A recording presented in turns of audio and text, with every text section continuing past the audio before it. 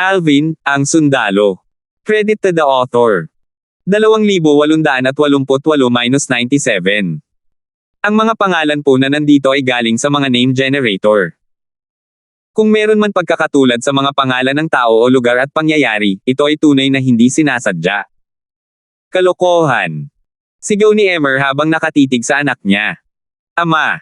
Naglakas loob si Rodel at itinaas ang kanyang ulo upang salubungin ang tingin ng kanyang ama.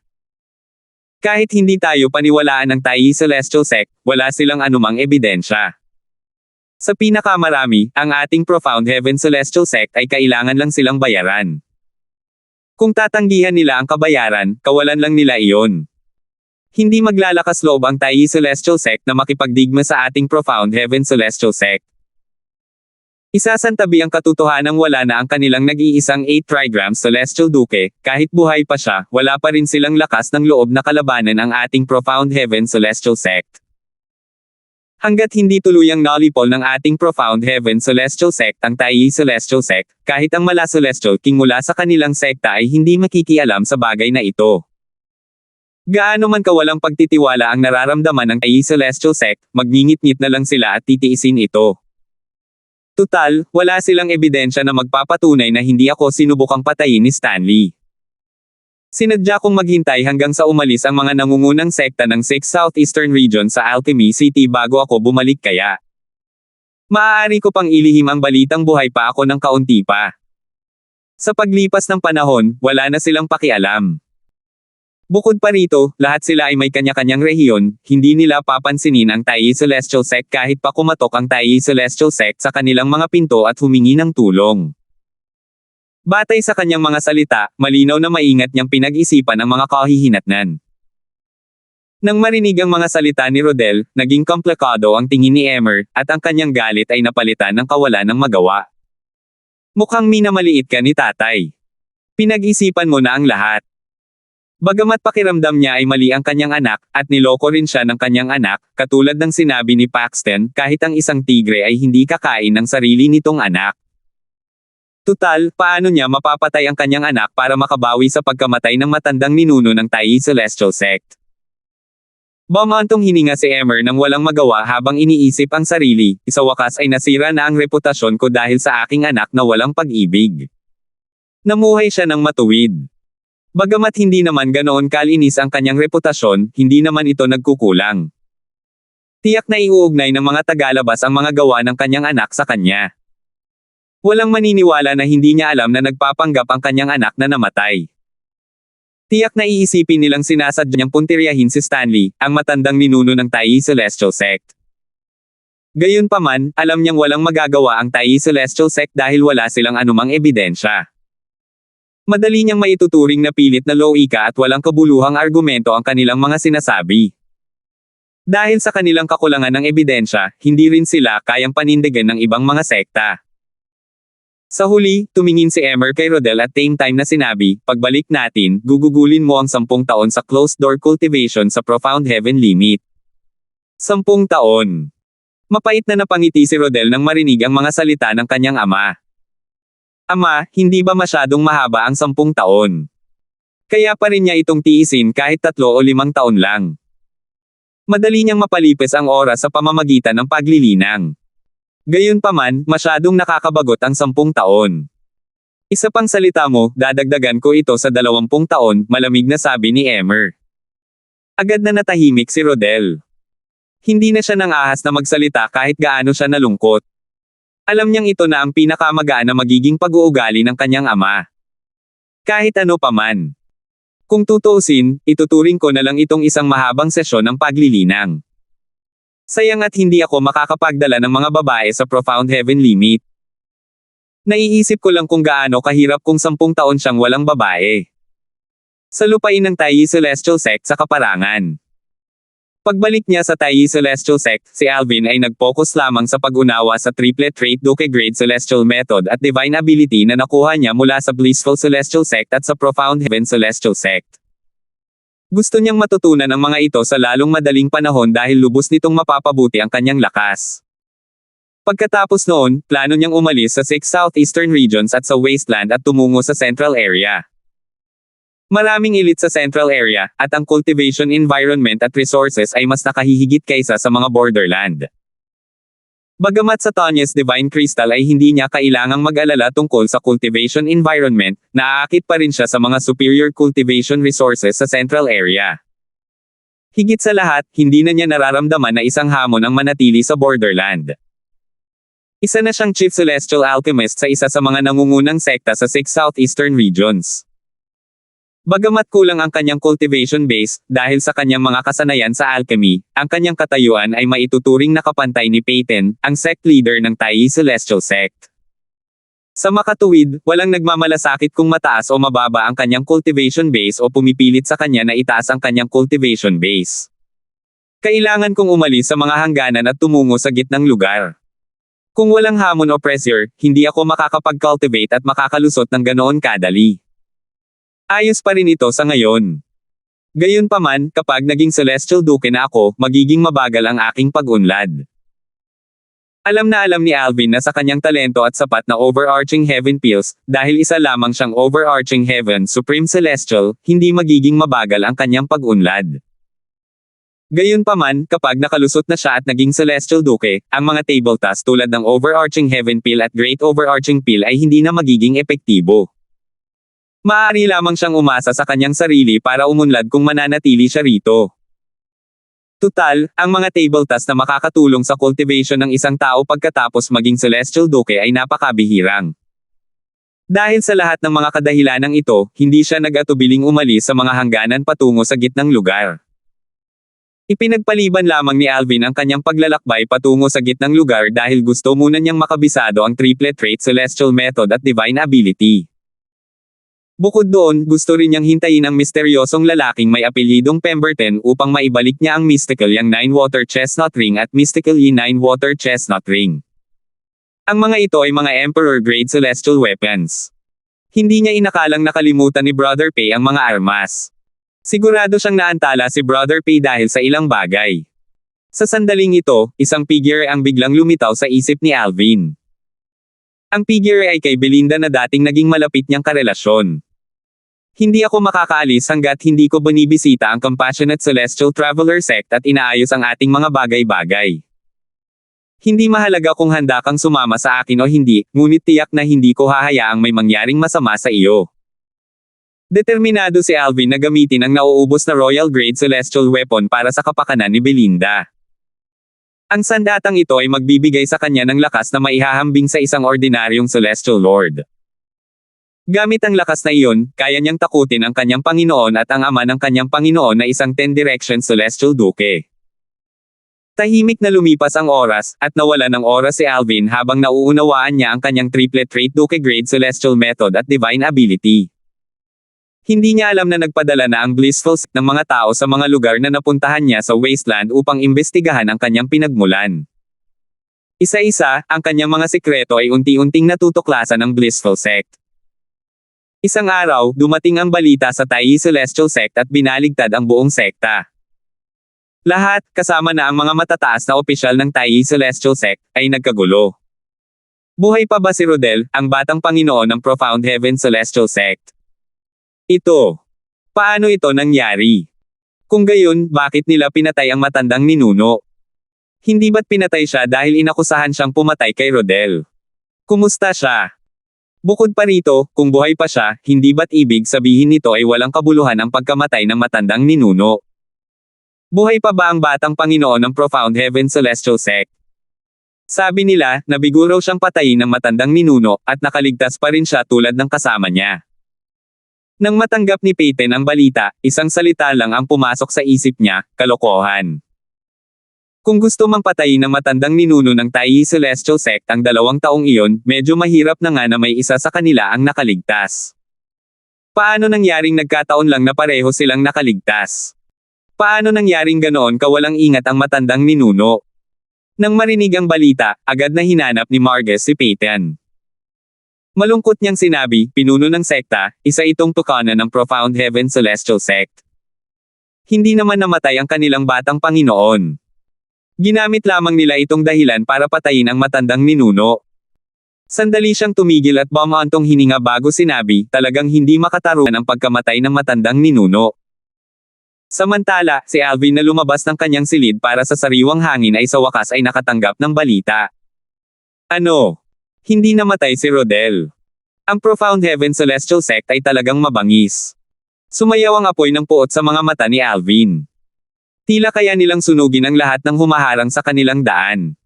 2,889. Noong una, pinaghihinalaan ni Alvin na may ibang pumatay kay Rodel, ang batang Panginoon ng Profound Heaven Celestial Sect, at si Stanley, ang matandang ninuno ng Tayi Celestial Sect, ay ginamit bilang sisi.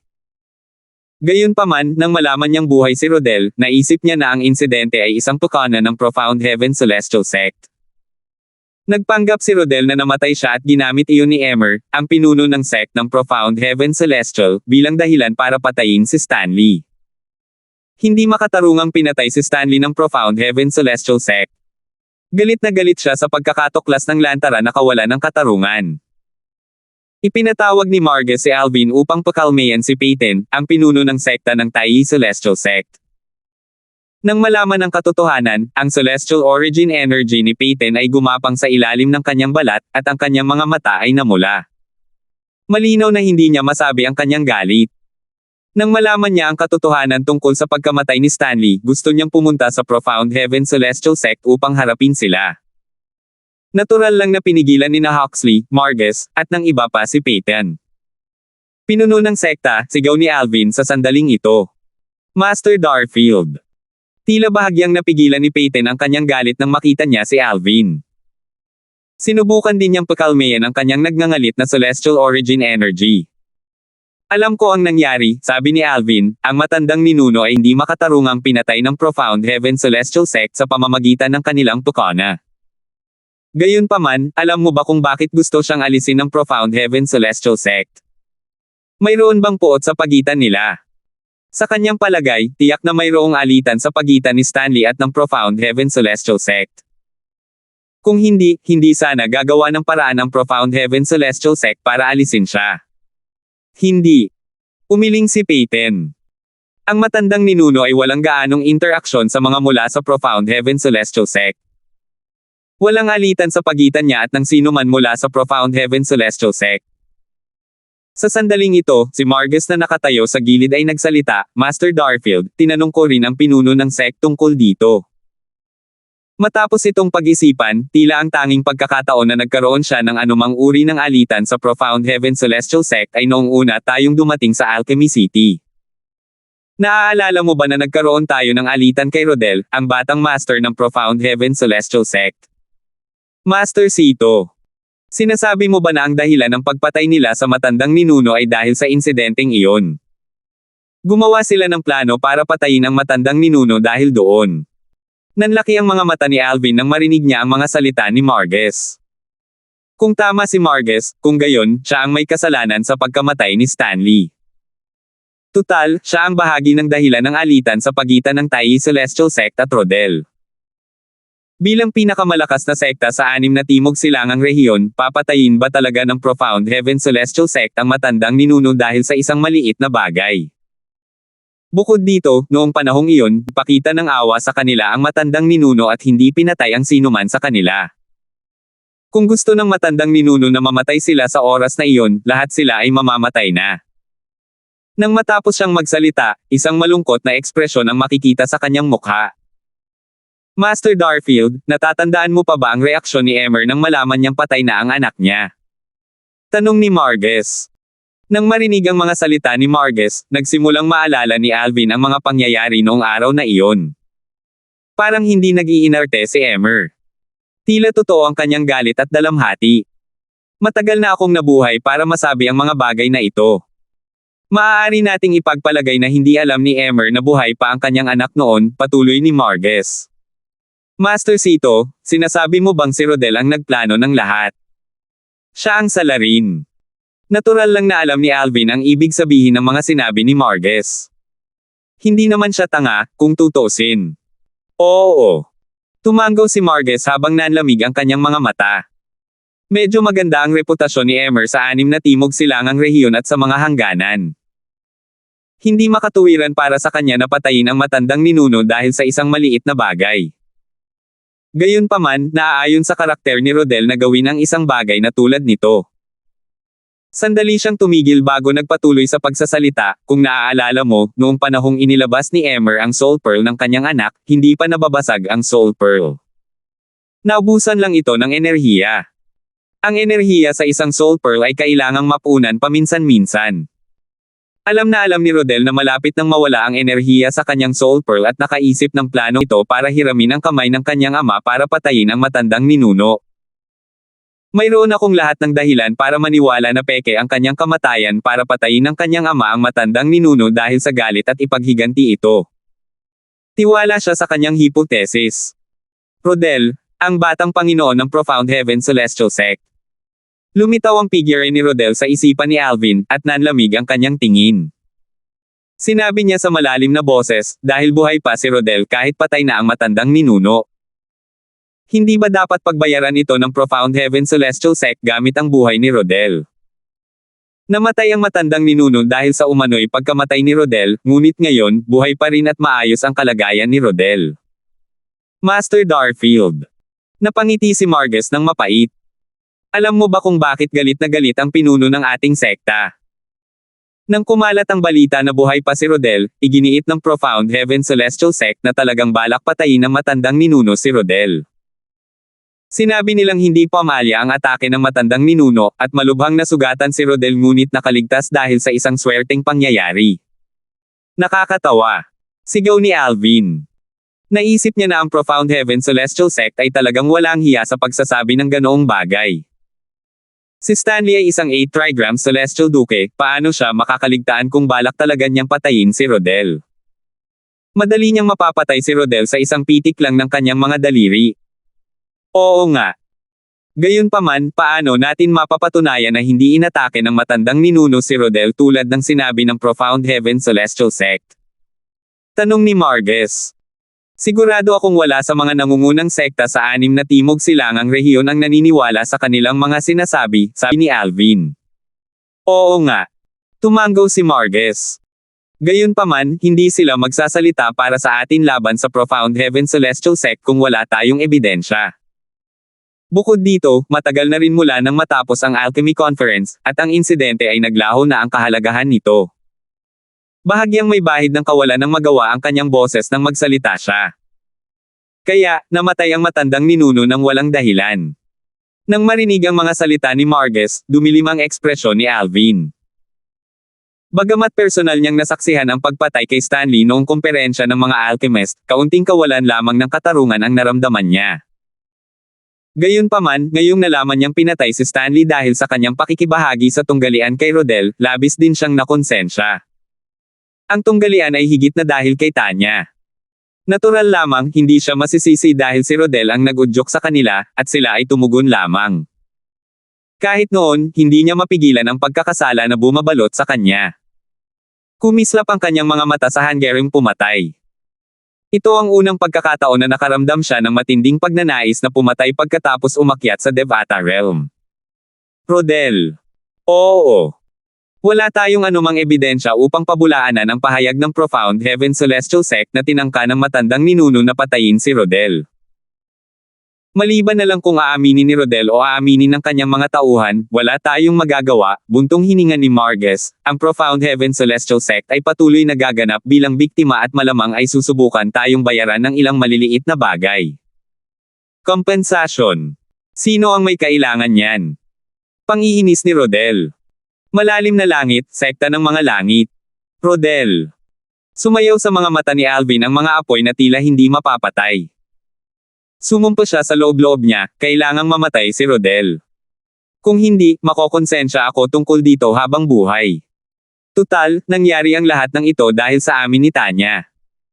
Determinado siyang patayin si Rodel upang ipaghiganti si Stanley. Sa sandaling ito, naramdaman niyang siya lamang ang may pananagutan sa pagkamatay ni Stanley.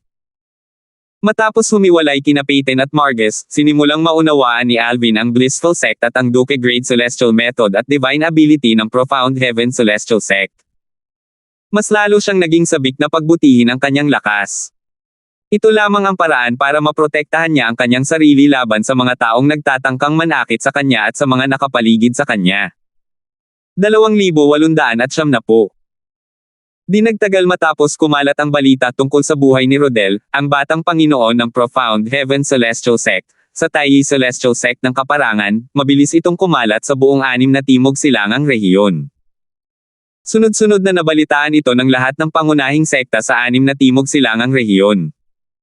Buhay pa ba ang batang Panginoon ng Profound Heaven Celestial Sect, si Rodel? May balita mula sa Profound Heaven Celestial Sect na hindi natama ng matandang ninuno ng Tayi Celestial Sect ang kanyang pag-atake. Hindi napansin. Sa tingin mo ba posible iyon? Ang matandang ninuno ng Tayi Celestial Sect ay isang 8 trigram Celestial Duke. Tama ka. Kahit isa lamang akong 6 na kombinasyon na Celestial Duke, sa palagay ko ay hindi ko makakaligtaan kung papatayin ko si Rodel at ang kanyang kasama. Maliit ang posibilidad na hindi napatay ng matandang ninuno ng Tayi Celestial Sect ang disipulo mula sa Profound Heaven Celestial Sect. Gayunpaman, napaka-imposible para sa kanya na mabaigo rin sa pagpatay kay Rodel. Mukhang may iba pa sa pagkamatay ng matandang ninuno ng Tayi Celestial Sect. Hindi ba halata naman yun?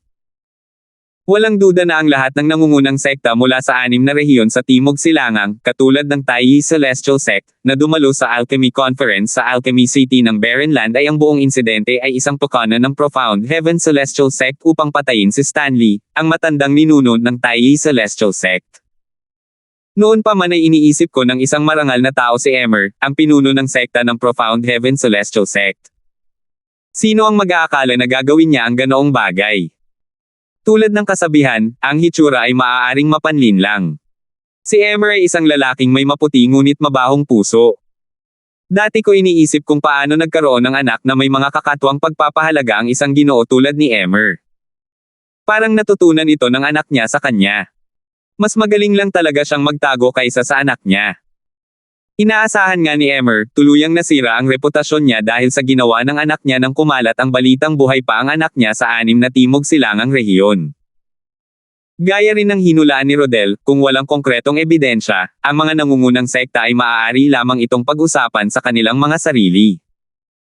Hindi nila kalabanan ang Profound Heaven Celestial Sect kahit alam nila ang katotohanan maliban kung ang Tayi Celestial Sect ay mapagbibigay sa kanila ng ebidensya.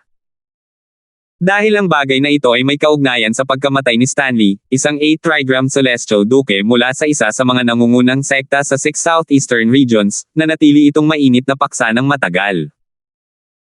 Tulad ng sinabi ni Marges, ang kilalang Celestial Alchemist mula sa Tayi Celestial Sect, sinubukan ng Profound Heaven Celestial Sect na bayaran ang Tayi Celestial Sect kahit na sinasabing tinangka ni Stanley na patayin si Rodel para ipakita ang kanilang kagandahang loob. Inalok nila ang Tayi Celestial Sect na bayaran ang mga primitive celestial stones at mga ordinaryong tableta. Ipinadala ng Profound Heaven Celestial Sect ang isa sa kanilang mga elder upang dalhin ang mga kabayaran sa Tayi Celestial Sect.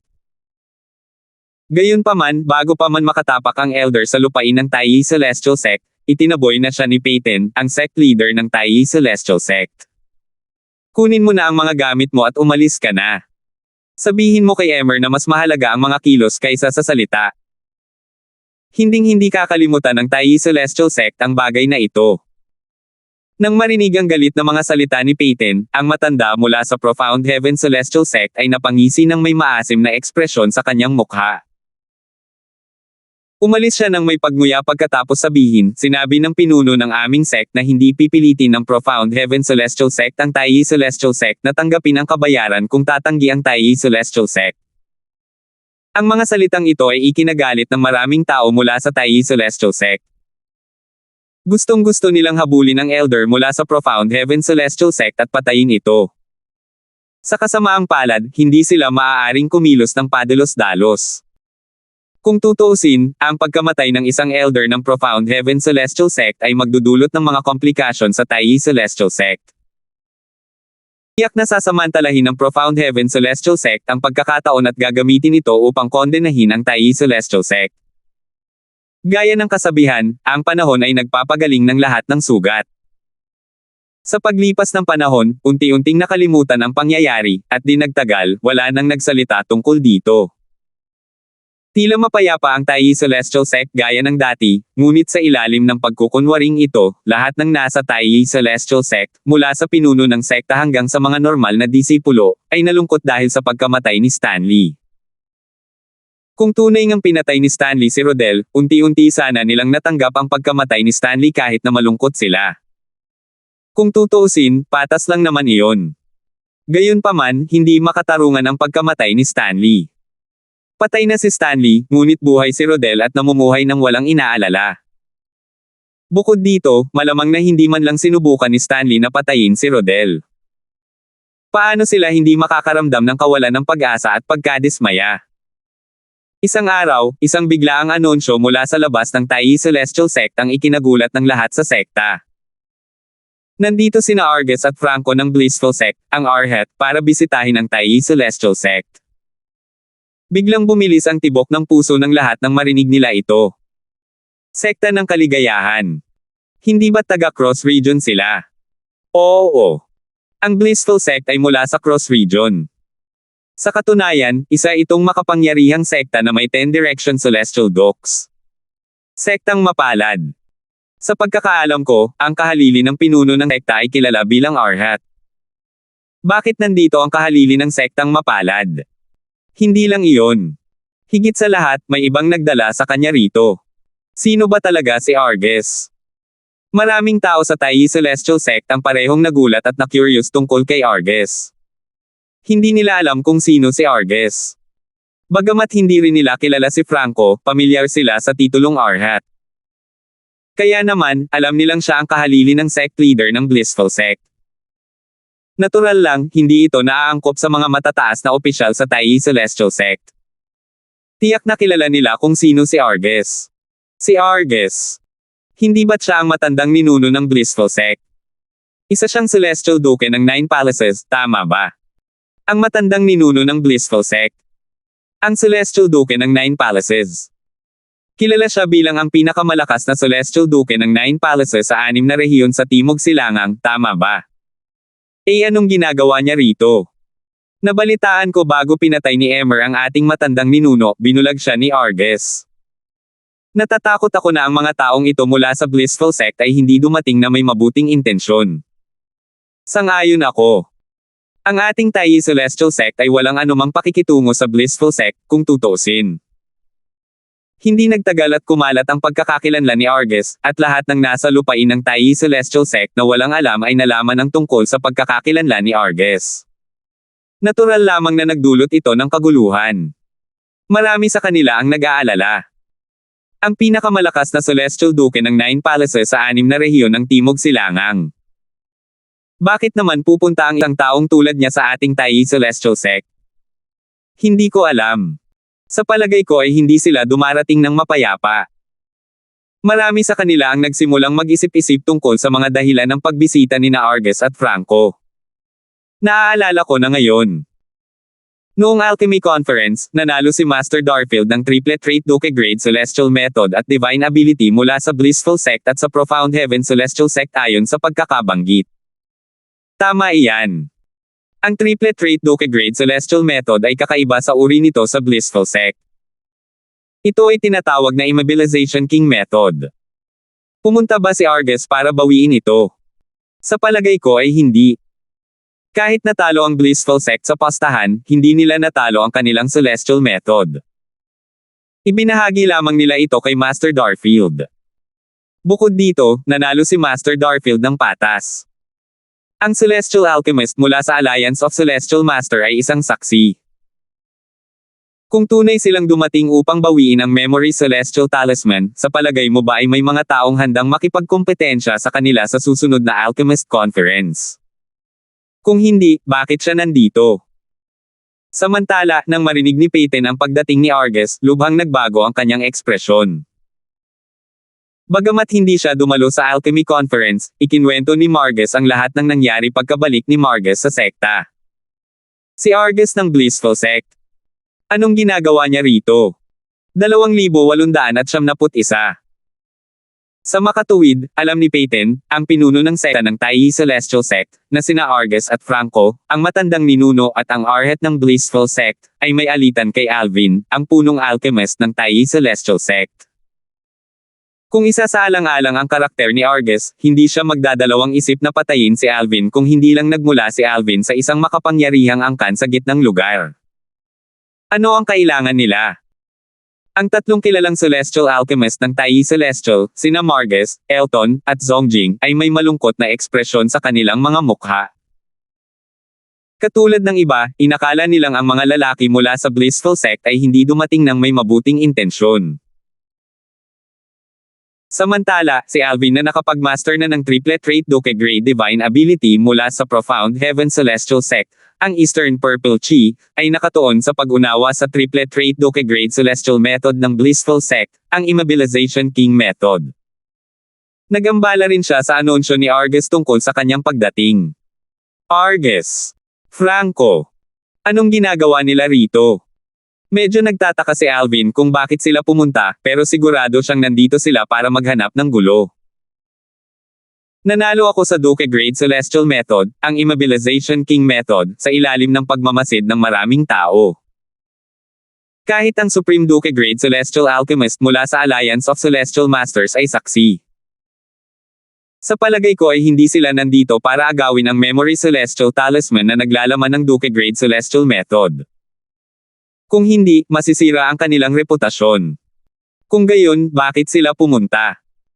Kahit gaano pa ito isipin ni Alvin, hindi niya maintindihan ang dahilan ng pagbisita ni na Argus at Franco. Hindi siya nag-aalala na aatakihin ni Argus ang Tayi Celestial Sect, kaya naman, patuloy niyang iniintindi ang Duke Grade Celestial Method ng Blissful Sect, ang Immobilization King Method. Sa hindi malamang dahilan, hindi niya inakalang dumating si Argus dahil sa kanya. Tutal, ang kanyang kasinungalingan tungkol sa pagiging galing sa Darfield clan ng Crimson Sky sa gitnang lugar ay higit pa sa sapat upang takutin si Argus. Nakaupo si Alvin sa kanyang kama nang nakakross ang mga paa habang kumikinang ang isang gininto ang liwanag sa ibabaw ng kanyang katawan. Mukhang medyo kamukha siya ng isang gininto ang estatwa ni Buddha sa sandaling ito. Tila pinoprotektahan siya ng gininto ang liwanag. Hindi niya namamalayang na-activate niya ang Duke Grade Celestial Method na hindi pa niya lubos na natuturuan. Sa sandaling ito, 5 figure ang nakatayo sa pangunahing bulwagan kung saan tinanggap ni Peyton ang mga panauhin ng Tayi Celestial Sect. 3 tao ang nakatayo sa isang gilid habang ang 2 naman ay nakatayo sa tapat nila. Ang 3 tao ay sina Peyton, Margus, at Huxley, ang pinuno ng sekta, ang kilalang Celestial Alchemist, at ang Supreme Elder ng Tayi Celestial Sect. Nakatayo sa kanilang tapat ang 2 hindi imbitadong panauhin, sina Argus at Franco, ang matandang ninuno at ang arhet ng Blissful Sect. Dahil sa katayuan at lakas ni Argus, hindi nang ahas si Peyton na pabayaan ang kagandahang asal o masaktan siya. Magalang siyang nagtanong, Senior Argus, maaari ko bang malaman kung bakit ka narito sa Tayi Celestial Sect ngayon? Hindi man lang sumulyap si Argus kay Peyton habang prangkang nagtanong, nasaan si Alvin, ang Chief Celestial Alchemist ng Tayi Celestial Sect? Master Darfield. Senior Argus, sinundo mo ba si Master Darfield? Nagulat si Peyton. Nagpalitan ng tingin sina Margus at Huxley. Hindi nila inaasahan na binisita ni Argus si Alvin. Agad na nawala ang kanilang mga pag-aalala. Tutal, inakala rin nila na si Alvin ay nagmula sa isang makapangyarihang sekta sa gitnang lugar.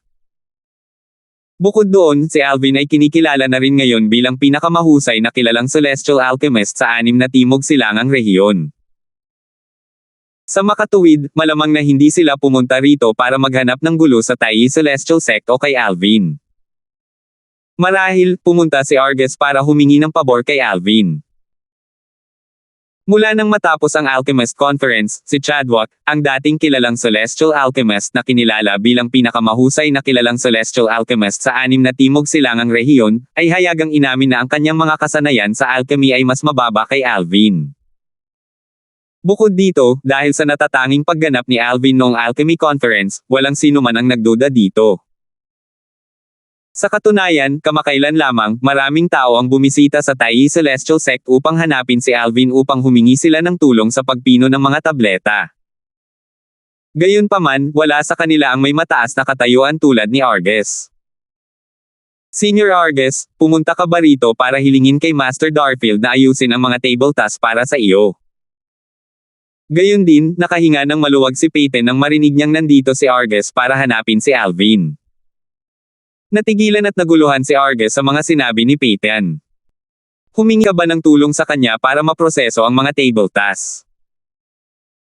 Sa sandaling ito, si Franco na nakatayo sa tabi ni Arges ay napangisi bago sinabi ng may pang-uuyam, hindi kami nandito para hilingin kay Alvin na magpino ng mga tableta.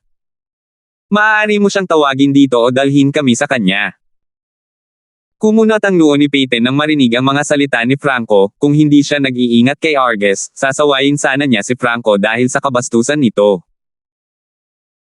Ang Arhet ng Blissful Sect ay maaaring maging pinuno ng sect ng Blissful Sect sa hinaharap, ngunit hindi ito nagbigay sa kanya ng karapatang makipag-usap dito, ang pinuno ng sect ng Tayi Celestial Sect, sa ganitong paraan. Bilang pinuno ng sect ng isa sa mga nangungunang sect sa 6 Southeastern Region, ang kanyang katayuan ay kapantay ng pinuno ng sect ng Blissful Sect. Samantala, walang pakialam na tiningnan ni Arges si Peyton habang sinasabing, dalhin mo kami sa kanya. Senior Arges, bakit mo hinahanap si Master Darfield? Tanong ni Peyton sa malalim na boses. Matapos makinig sa mga salita ni Franco, muling sumigla sa kanyang puso ang pakiramdam na ang mga lalaking ito mula sa Blissful Sect ay dumating na may masamang balak. Gayunpaman, nakaramdam siya ng ginhawa nang maalala niya na si Alvin ay nagmula sa isang makapangyarihang angkan sa gitnang lugar. Hindi pinansin ni Arges ang tanong ni Peyton. Sa halip, sinabi niya sa boses na tila kasing lamig ng taglamig, ayokong ulitin ang sinabi ko. Nang maramdaman ang pagkainip ni Arges, hindi na nang-ahas si Peyton na tanungin siya. Ang sinabi na lang niya ay, sumunod ka sa akin, Senior Arges. Pagkatapos, pinangunahan niya sina Arges at Franco papunta kay Alvin. Sa kasalukuyan, iniisip pa rin ni Peyton na si Alvin ay mula sa isang makapangyarihang angkan sa gitnang lugar. Kaya naman, hindi niya inakalang maglalakas loob si Arges na saktan si Alvin. Gama ng ekspresyon ng mukha ni Arges nang masunaring pumayag si Peyton sa kanyang kahilingan. Samantala, nagpalitan ng tingin sina Marges at Huxley bago sumugod para sundan si Peyton. Nagpadala si Huxley ng voice transmission kay Alvin, Master Sito, mukhang ang matandang ninuno ng Blissful Sect, si Arges, ay hindi dumating ng may mabuting intensyon. Sang-ayon ako. Gayunpaman, dahil si Master Darfield ay mula sa isang makapangyarihang angkan sa gitnang lugar, sa palagay ko ay hindi siya maglalakas loob na saktan si Master Darfield, sagot ni Marges sa pamamagitan ng voice transmission. Ang kanyang boses ay puno ng kumpiyansa. Totoo iyan. Tumango si Huxley. Narinig na rin niya ang tungkol sa tunay na pagkakakilanlan ni Alvin. Sa sandaling ito, sina Peyton, Huxley, at Marges ay may tiwala kay Alvin. Tutal, hindi nila alam na nagsinungaling sa kanila si Alvin at gumawa ng peking pagkakakilanlan.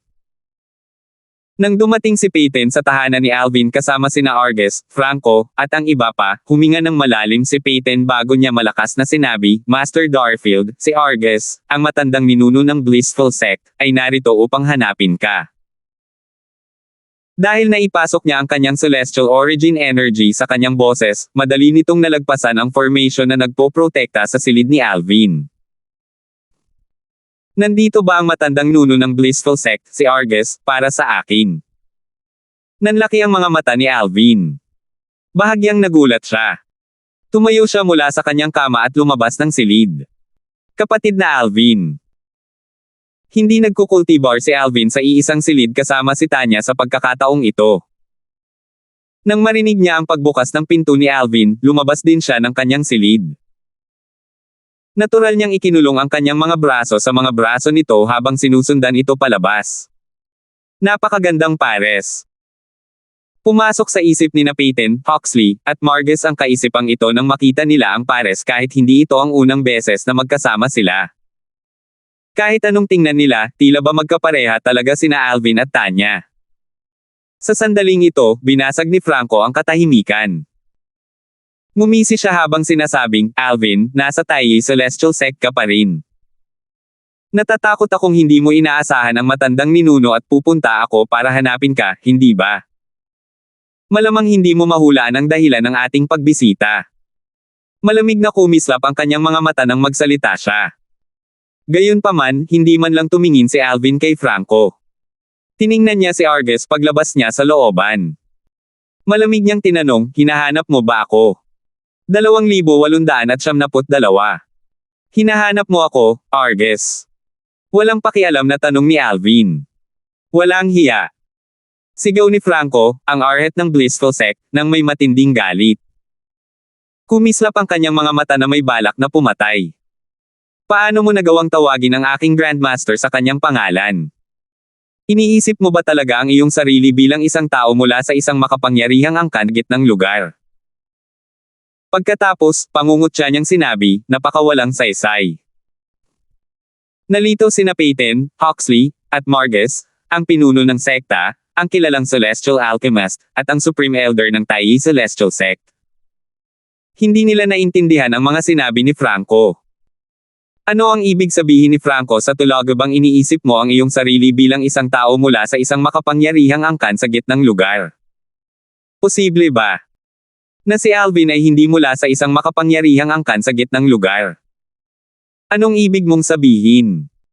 Bahagyang kumunat ang noo ni Alvin habang nakatingin kay Franco. Sa loob-loob niya, nahulaan na niya na malamang ay naunawaan na ng Blissful Sect ang kanyang kasinungalingan. Mukhang masusing iniimbestigahan ako ng Blissful Sect. Kung hindi, hindi sila maglalakas loob na kumilos ng ganito kabastos. Alam nilang hindi ako galing sa isang makapangyarihang angkan sa gitnang lugar. Anong ibig kong sabihin? Lumalim ang pang-iinis sa mukha ni Franco nang marinig niya ang mga salita ni Alvin. Alvin. Ang Blissful Sect ay hindi naging tamad sa mga nakaraang taon. Ipinadala namin ang aming mga tao sa buong kaparangan. Hindi ka mula sa isang makapangyarihang angkan sa gitnang lugar.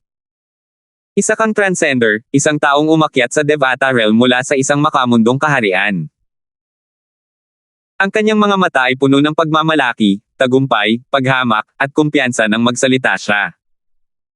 Hindi napigilan ni Peyton, Huxley, at Margus ang matawa nang marinig ang mga salita ni Franco. Napakatalino ni Alvin kahit wala pa siyang 100 taong gulang. Bago pa man umabot sa edad na 100, isa na siyang kilalang Celestial Alchemist na may kakayahang pinuhin ang overarching Heaven Peel. Ang kanyang mga kasanayan sa alchemy ay kinikilala bilang pinakamahusay sa mga kilalang Celestial Alchemist sa 6 na timog silangang rehiyon. Bukod pa riyan, sa murang edad, isa na siyang overarching Heavenly Supreme Celestial. Paano magkakaroon ng isang transcender mula sa mundane realm na isang nangungunang Celestial Alchemist at overarching Heavenly Supreme Celestial bago pa man umabot sa edad na 100? Ano? Si Master Darfield. Isa bang transcender? Arhat, mas kapani-paniwala sana kung sasabihin mo sa amin na si Master Darfield ay direktang disipulo ng Southern Heaven Divine Emperor ng Southern Heaven Territory. Sa tingin mo ba ay mga hanggal kami at maniniwala sa sinasabi mong si Master Darfield ay isang transcender? Nakangising sabi ni Margus. Tama. Singit ni Huxley, ang isang cultivator na isang overarching Heavenly Supreme Celestial at isang nangungunang prominenteng Celestial Alchemist na wala pang 100 taong gulang ay isang transcender. Kung makakahanap ka ng isang transcender na tulad nito sa Spirit Overarching Heaven, o kahit sa 81 Devata Realms, ako, si Huxley, ay ibibigay sa iyo ang aking ulo upang gawin ang gusto mo kung makakahanap ka ng isang transcender sa 81 Devatal Realms na may kakayahang gawin ang mga ganoong gawa. Malinaw na hindi ako naniniwala kay Franco. Katawa-tawa. Pagsangayon ni Peyton, na karaniwang tahimik, kina Margus at Huxley. Ikaw. Hindi ka naniniwala sa akin. Nakaramdam ng pagkakamali at galit si Franco nang makita ang kawalan ng paniniwala sa mga mukha ni Peyton, Huxley, at Margus. Natawa si Alvin sa nakita niya. Tumingin si Argus kay Alvin nang may kalmadong ekspresyon at sinabi kay Franco, bakit kayo naguguluhan? Kung hindi dahil sa investigasyon ng Blissful Sect, mahihirapan din tayong paniwalaan na si Alvin ay isang transcender lamang. Hindi na kailangang makipagtalo sa kanila. Huwag mong kalimutan ang layunin ng ating pagbisita. Ito ang ating pansin at huwag pansinin ang lahat ng iba pa. Tumingin siya kay Alvin ng may kalmado at payapang ekspresyon habang nakikipag-usap kay Franco. Ramdam ni Peyton, Huxley, at Margus ang kawalang bahala at paghamak sa tono ni Argus, at isang hindi mapakialam pakiramdam ang bumangon sa kanilang mga puso. Gayunpaman, kahit na ganoon, hindi pa rin sila kumbinsido sa pahayag ni Franco na si Alvin ay isang transcender. Tumingin si Argus kay Alvin at sinabing, "Alvin, narito ako para sa Blissful Sect. Masusing iniimbestigahan ng aming sekta ang iyong pinagmulan." Hindi na hinintay ang sagot ni Alvin, nagpatuloy siya sa pagsasalita, "Bibigyan kita ng dalawang pagpipilian. Una, sumali sa Blissful Sect at maging isang revered elder ng sekta. Hindi ka namin aapihin. Pangalawa, kung tatanggi ka, papatayin kita ngayon." Kumikinang ang kanyang mga mata sa hanggaring pumatay sa pagtatapos ng kanyang mga salita. Ang balak pumatay mula sa isang celestial duke ng Siyam na palasyo ay nagdulot ng panginginig sa loob ni Alvin. Hindi siya komportable. Alam niyang ang kanyang buhay ay nabibitin sa sandaling ito. "Bakit mo iniisip na hindi ako galing sa isang makapangyarihang angkan sa gitnang lugar dahil lang isa akong transcender?" Tanong ni Alvin ng may tuwid na mukha. Tumawa si Franco nang marinig ang mga salita ni Alvin. "Alvin, talagang ipipilit mo na galing ka sa isang makapangyarihang angkan sa gitnang lugar. Pagkatapos, dagdag niya, dahil hindi ka pa nakakasundo, hayaan mong ibahagi ko sa iyo ang isa pang impormasyon. Ang Blissful Sect ay may ilang kaalaman tungkol sa mga dakilang angkan sa gitnang lugar. Matapos ang aming pagsisiyasat at pakikipag-usap sa mga taong nakapunta na sa gitnang lugar dati, natuklasan namin na walang angkan ng Darfield ng Crimson Sky sa gitnang lugar." Dahan-dahan siyang nagsalita na parang sinisigurong malinaw na maririnig ng lahat ang kanyang mga salita. Bago pa man mapabulaanan ni Franco ang kanyang mga sinabi, tumingin si Alvin kay Argus at walang pakialam na sinabi, "Mukhang malaki ang pinaghirapan ng Blissful Sect para imbestigahan ako. Gayunpaman, sa tingin mo ba ay may mahahanap ang Blissful Sect kung ang Darfield clan ng Crimson Sky ay isang mapag-isang clan? Kung hindi ako nagkakamali, kahit napiliin ko ang unang opsyon, papatayin mo pa rin ako. Malamang ay susubukan mo akong patayin pagkalipas ng ilang taon. Hindi mo na kailangang itanggi pa. Paano mo may iligtas ang isang taong maaaring maging banta sa Blissful Sect sa hinaharap?" Tiningnan niya si Argus nang may kamalayan habang nagsasalita. "Napakatalino mo." Nagbago ang ekspresyon ni Argus nang marinig niya ang mga sinabi ni Alvin. Nakakagulat na hindi niya itinanggi ang mga sinabi ni Alvin. Tumindi ang hanggaring pumatay sa kanyang mga mata nang sabihin niya, "Mabuti naman at nabuhay ka pa ng ilang taon. Sayang lang talaga, pero sa ngayon, sa palagay ko ay kailangan mo nang mamatay ngayon." Ang Celestial Origins energy ay umalangaw at kumalat sa katawan ni Argus na parang alon. Madaling napigilan ng kanyang aura ang mga tao mula sa Tai Celestial Sect. Maging sina Peyton at Huxley na mga 7-star Celestial Duke ay bahagyang namutla dahil sa presyon ng Celestial Origin energy ni Argus.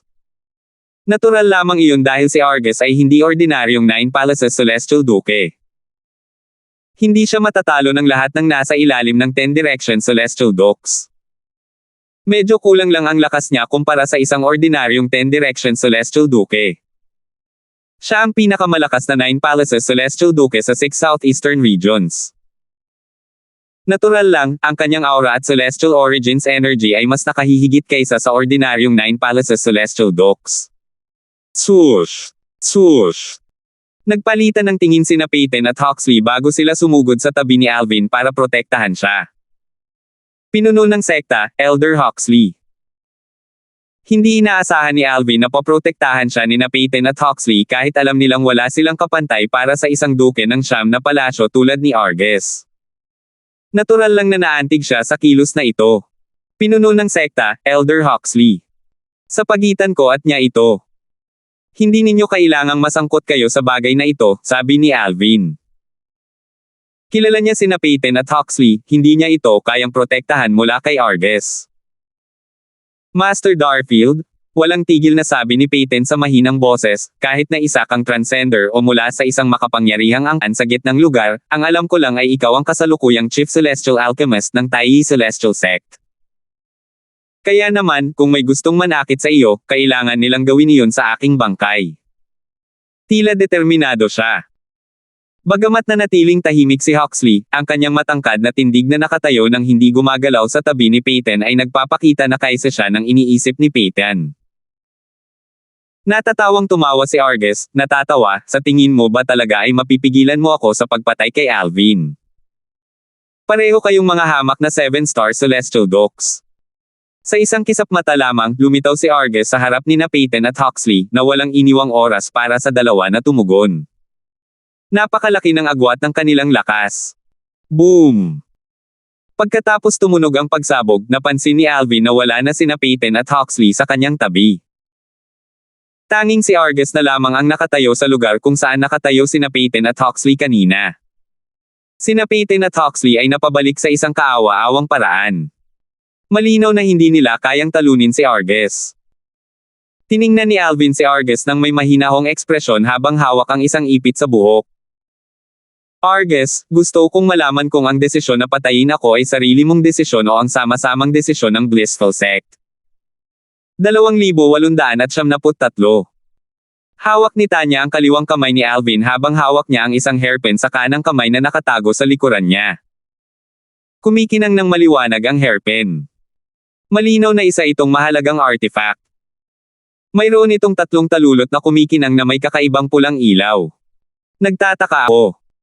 Nandito ka ba para patayin ako para sa personal na dahilan o para sa Blissful Sect? Tanong ni Alvin kay Argus. Kasabay nito, isa sa 3 talulot sa hairpin ay nagsimulang maglaho at maging isang pulang likido. Dumaan ang likido sa masalimuot na network ng mga disenyo sa hairpin bago ito tuluyang pumasok sa katawan ni Alvin sa pamamagitan ng kanyang kanang kamay. Hindi kailangang masyadong malaman ng isang taong kamatayan. Ngumisi at napangisi si Argus. Pagkatapos, bigla niyang itinaas ang kanyang kamay at isang hugis gasuklay na liwanag ang sumugod kay Alvin. Ang pag-atake ay katulad noong inatake niya sina Peyton at Huxley, ang pinuno ng sekta at kataas-taasang elder ng Taiyi Celestial Sect ayon sa pagkakabanggit. Ang kanyang pag-atake ay napakabilis kaya hindi mahuli ni Tanya, Margus, at maging ni Franco ang kanyang mga galaw. Sabay-sabay na sumigaw sina Peyton at Huxley na malubhang nasugatan, Master Darfield. Nanlaki ang kanilang mga mata sa gulat, at lubhang nagbago ang kanilang mga ekspresyon. Labis nilang hinanggad na mailigtas si Alvin, ngunit nahihirapan silang tumayo. Ang hugis gasuklay na liwanag na parang karit ng manggagapas ay nasa kalagitnaan na kay Alvin. Maingay itong umugong, at sa isang iglap, ilang pulgada na lang ang layo nito sa kanya. Biglang may umalangaw-ngaw na boses sa ere, paraan ng hari ng pag-imabilisa.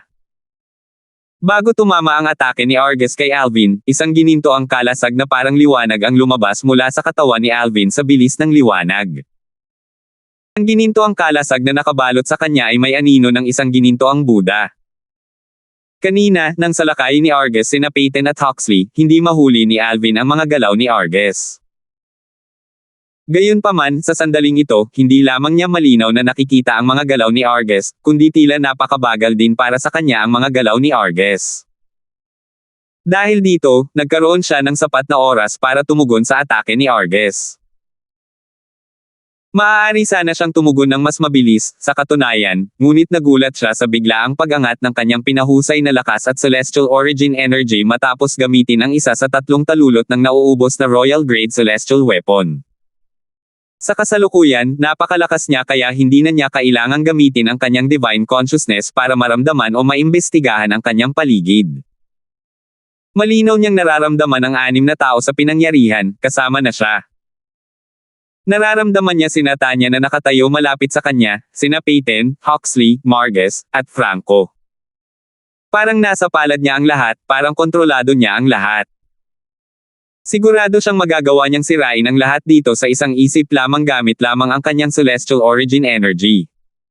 Kaya, ito ang lakas ng isang celestial lord. Nabigla si Alvin sa lakas na kakatanggap lang sa kanya. Hindi pa niya naranasan ang ganito kalaking pagbuti sa kanyang lakas noon. Sino ang mag-aakala na ang talulot na naging isang maliit na patak ng pulang likido ay magbibigay sa kanya ng ganito kalaking kapangyarihan? Pakiramdam niya ay wala siyang talo sa sandaling ito.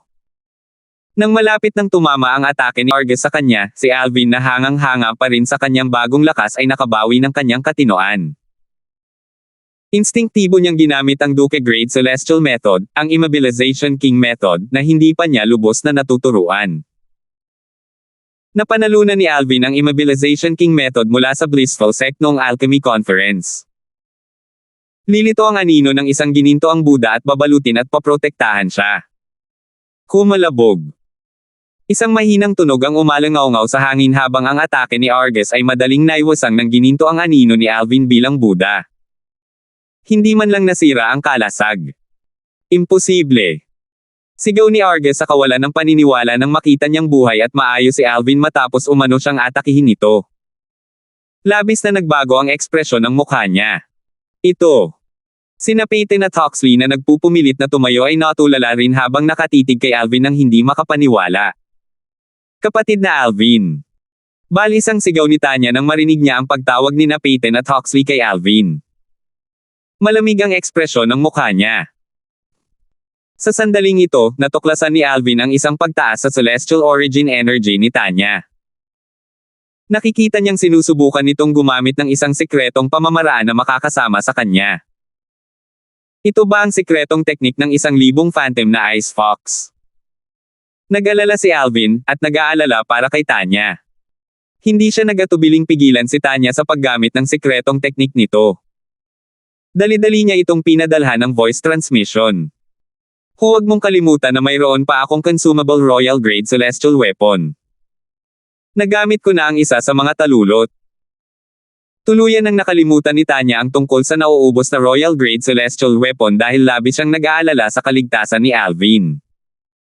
Handa niyang isakripisyo ang kanyang buhay hanggat ligtas si Alvin. Nang marinig niya ang mga salita ni Alvin, bumalik ang kanyang katinoan at itinigil ang pag-iipon ng celestial origin energy para gamitin ang kanyang sikretong pamamaraan. Gayunpaman, ang biglaang paghinto sa pag-iipon ng kanyang celestial origin energy ay nagdulot sa kanya ng malubhang pinsala sa loob ng katawan dahil sa negatibong reaksyon. Nawala ang kanyang enerhiya, at namutla ang kanyang mukha nang dumura siya ng dugo. Tanya. Sigaw ni Alvin sa takot nang makita niya ang dugo ni Tanya. Pakiramdam niya'y sumakit ng husto ang kanyang puso nang sabihin niya, anong klaseng sikretong pamamaraan iyan? Maagang yugto mo palang natututo, pero, nakakasama na ito sa iyong katawan. Hindi niya inaasahan na magdurusa ito sa ganito kalaking batikos. Nang makita ang malungkot na ekspresyon sa mukha ni Alvin, mahinang umiling si Tanya at nagkunwaring ngumiti. Kapatid na Alvin, ayos lang ako. Pagkatapos niyang tiyakin si Alvin, mas lalong namutla ang kanyang mukha nang samuka siya ng isa pang subo ng dugo. Whoosh! Binawi ni Alvin ang kaliwang kamay niya mula sa kamay ni Tanya at inilagay ito sa likod niya. Ipinadala niya ang kanyang celestial origin energy sa katawan nito upang pagalingin ito. Sa loob lamang ng ilang sandali, matagumpay na naitama at napakalma ng kanyang celestial origin energy ang lumihis na celestial origin energy ni Tanya, na nagbigay sa kanya ng kaunting ginhawa mula sa sakit ng mga panloob na pinsala. Kapatid na Alvin. Ito ang lakas na ipinagkaloob sa iyo ng royal grade celestial weapon. Nabigla si Tanya sa makapangyarihang celestial origin energy ni Alvin na bumubuho sa kanyang katawan. Ang kanyang celestial origin energy ay madaling napigilan ang kanyang naliligaw at nababagabag na celestial origin energy sa maikling panahon. Sa tulong niya, madali niyang nakontrol ang daloy ng kanyang celestial origin energy. Agad siyang nakaramdam ng ginhawa. Gayunpaman, dahil sa pagkapagod ay nawalan siya ng paninindigan.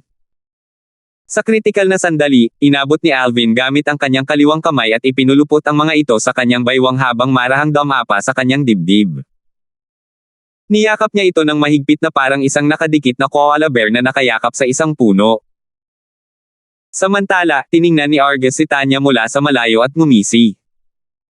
Kaya pala, kagagawan lang yan ng batang babaeng yan. 2,874. Noong una, si Argus, ang matandang ninuno ng Blissful Sect, ay naguluhan sa katotohanang nakaligtas si Alvin sa kanyang pag-atake. Gayunpaman, nang makita niya ang pagsusuka ng dugo ni Tanya, ang maputlang mukha nito, at ang kawalan ng aura, inakala niyang labis itong nagsikap para protektahan si Alvin, na nagresulta sa buhay ni Alvin. Bagamat wala siyang ideya kung paano nakatulong si Tanya na palakasin ang Duke Grade Celestial Method, ang Immobilization King Method, at naiwasan ang kanyang pag-atake, nanatili siyang matatag sa pagpatay kay Alvin. Ngumisi siya habang iniisip ang sarili, hindi ko alam kung paano mo natulungan si Alvin na iwasan ang aking pag-atake, pero mukhang wala ka na sa kondisyon para tulungan siya ngayon. Master Darfield. Inakala ni na Peyton at Huxley, ang pinuno ng sekta at ang kataas-taasang elder ng Taiyi Celestial Sect, na nakaligtas din si Alvin dahil kay Tanya. Ngayong nakita nilang umaatake si Argus sa pangalawang pagkakataon, muling nagbago ang kanilang mga ekspresyon. Patuloy silang nagpumiglas, determinadong iligtas si Alvin nang biglang maglaho ang katawan ni Argus. Nang muling lumitaw si Argus, itinaas niya ang kanyang dalawang kamay at hinampas sina Peyton at Huxley gamit ang kanyang mga palad. Malamig niyang sinabi habang inaatake ang dalawa, asikasuhin ninyo ang sarili ninyong buhay, mga hanggal. Boom! Dalawang malalakas na pagsabog ang umalangaw-ngaw sa hangin nang lumapag ang mga palad ni Argus, na nagpagulo sa alikabok sa paligid. Nang tumilapon ang alikabok, nabigla si Argus nang makita ang dalawang figure na nababalot ng gininto ang liwanag na may anino ng isang Buddha. Ang pananggalang nakalasag ay hindi makapasok at madaling naiwas ang tamaan ni Argus ng dalawang palad. Sina Peyton at Huxley ay malinaw na hindi nasaktan sa kanyang pag-atake.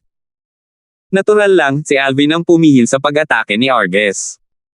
Habang niyayakap niya si Tanya gamit ang isang kamay niya, sinabi niya ng may malamig na tingin at pang-uuwim, sigurado ka bang ikaw ang pinakamalakas na 9 Palaces Celestial Duke sa 6 Southeastern Regions?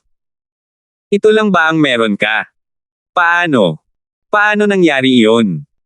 Sa sandaling ito, sa wakas ay naisip ni Argus na hindi si Tanya ang umiwas sa kanyang atake kanina. Natulala siya.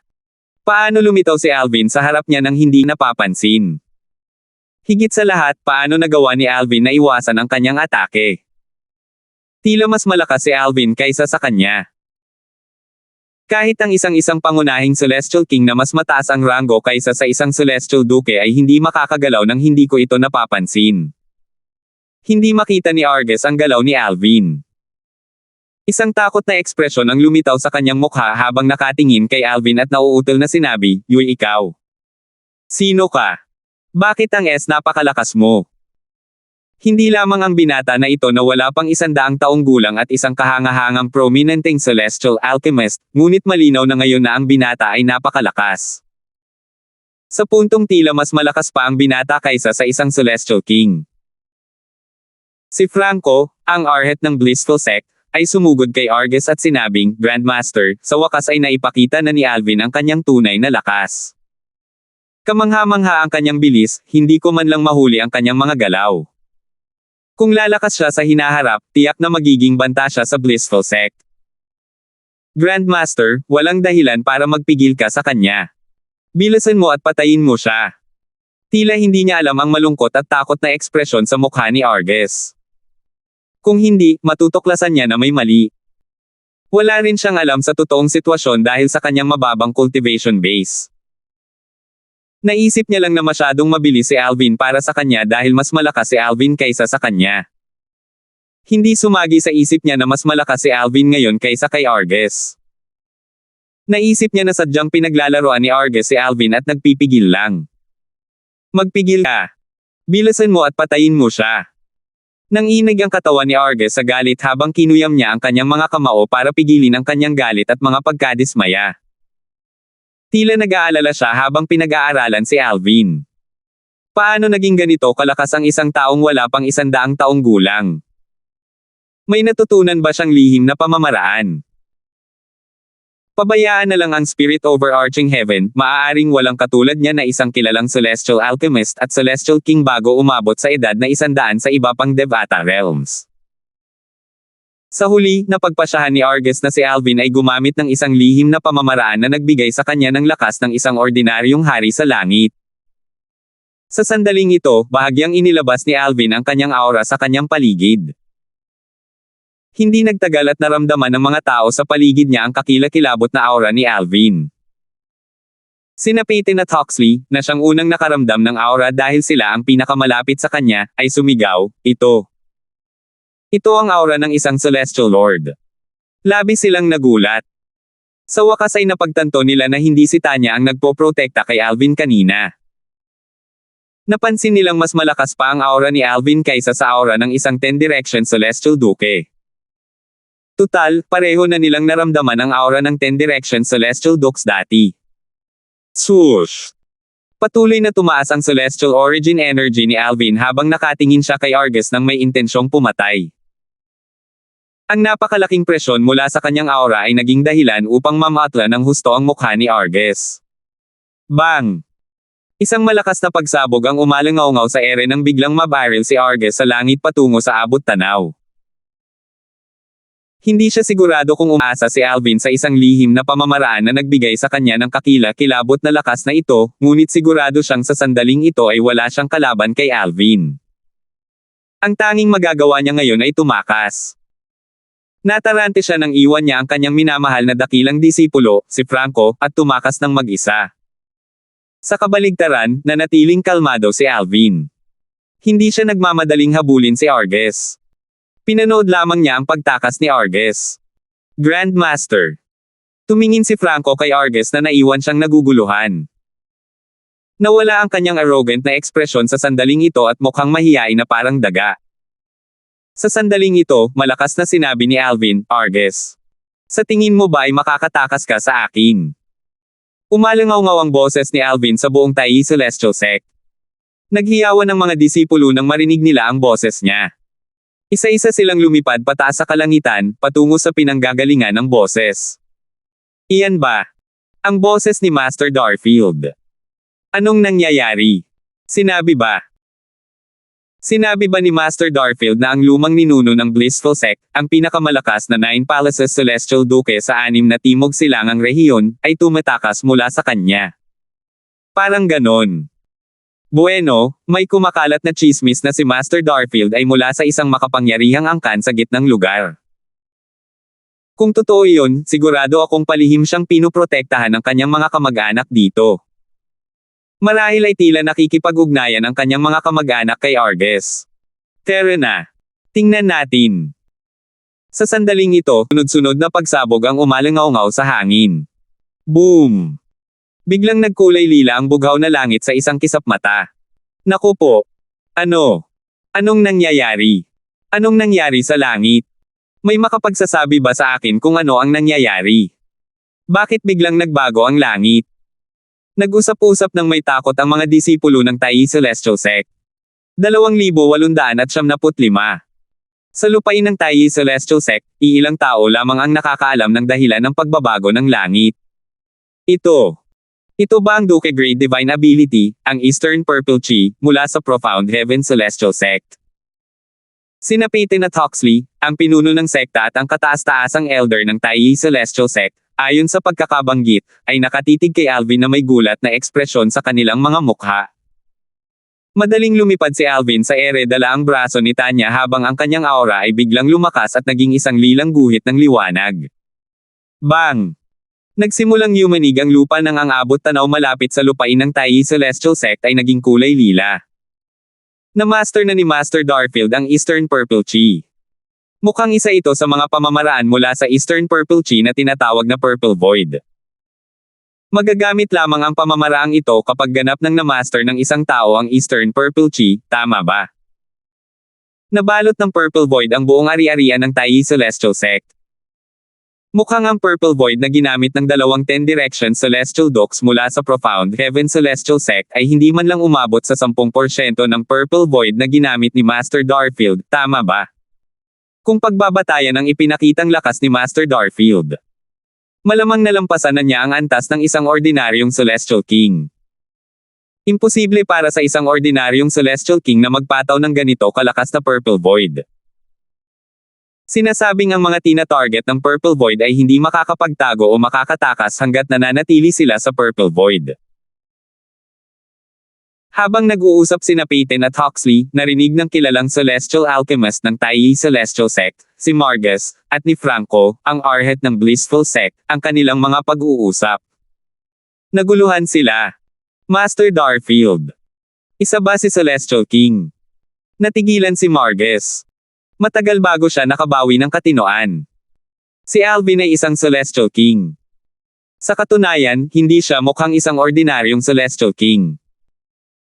Nang gamitin niya ang Purple Void, mas malakas ito kaysa noong gamitin ito ng dalawang 10 Direction Celestial Dukes mula sa Profound Heaven Celestial Sect.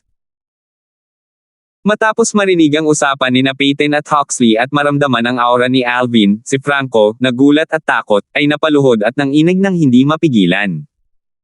Maraming tanong ang pumasok sa kanyang isipan sa sandaling ito. Paano ito naging posible? Paano siya naging ganito kalakas?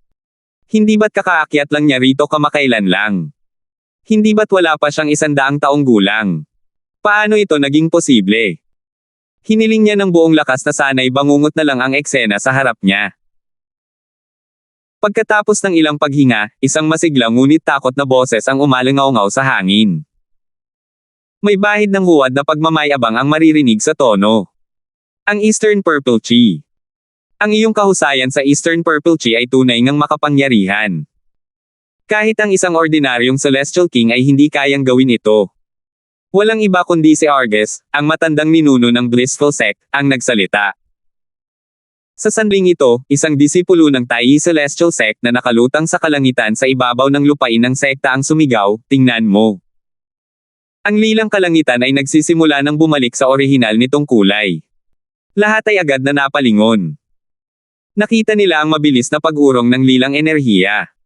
Tingnan mo. May figure sa gitna. Isang figure ang makikita sa gitna kung saan tila naaakit ang lilang enerhiya. Isa itong monghe. Hindi ba? Hindi ba't iyan ang matandang ninuno ng mapalad na sekta, Argus? Nakilala ko na siya minsan. Ano? Ang mukhang masungit na monghe na ito ang pinakamalakas na 9 Palaces Celestial Duke sa 6 Southern Regions, Argus. Si Argus na napapaligiran ng lilang enerhiya ay mukhang malungkot sa kanyang punit na kasaya. Tila naglaho ang kanyang aura. Habang dahan-daang lumalapit kay Argus ang mga tao mula sa Taiji Celestial Sect. Swoosh! Isang lilang at puting figure ang biglang lumitaw mula sa ere malapit kay Argus. Ang kanilang paglitaw ay agad na nakakuha ng atensyon ng mga tao mula sa Taiji Celestial Sect. Hindi ba? Hindi ba't si Master Darfield iyan? Nandoon din si Ginang Tanya. Natural lang na nakilala ng mga miyembro ng Taiji Celestial Sect sina Alvin at Tanya na magkayakap ng mahigpit, na para bang iisang nilalang sila sa loob ng maikling panahon. Ngumisi si Alvin at may paghamak na sinabi, sino ang mag-aakala na ang pinakamalakas na 9 na palasyong Celestial Duke sa 6 na timog silangang rehiyon ay magkakaroon din ng ganitong araw. Kalmado ang kanyang ekspresyon. Ang isa sa kanyang mga braso ay mahigpit pa ring nakayakap kay Tanya habang ang isa naman ay nakapatong sa kanyang likod. Master Darfield. Sa oras na ito, sa wakas ay nakarating na sina Peyton, Huxley, at Margus malapit kay Alvin. Grandmaster. Sigaw ni Franco. Sinubukan niyang tumakas ngunit natakot siya sa matalim at nagbabantang titig ni Peyton. Masunurin lamang siyang sumunod sa kanila papunta rito.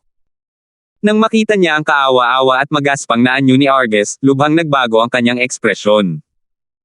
Sumugod siya sa tabi ni Argus. Ito ay isang likas na reaksyon.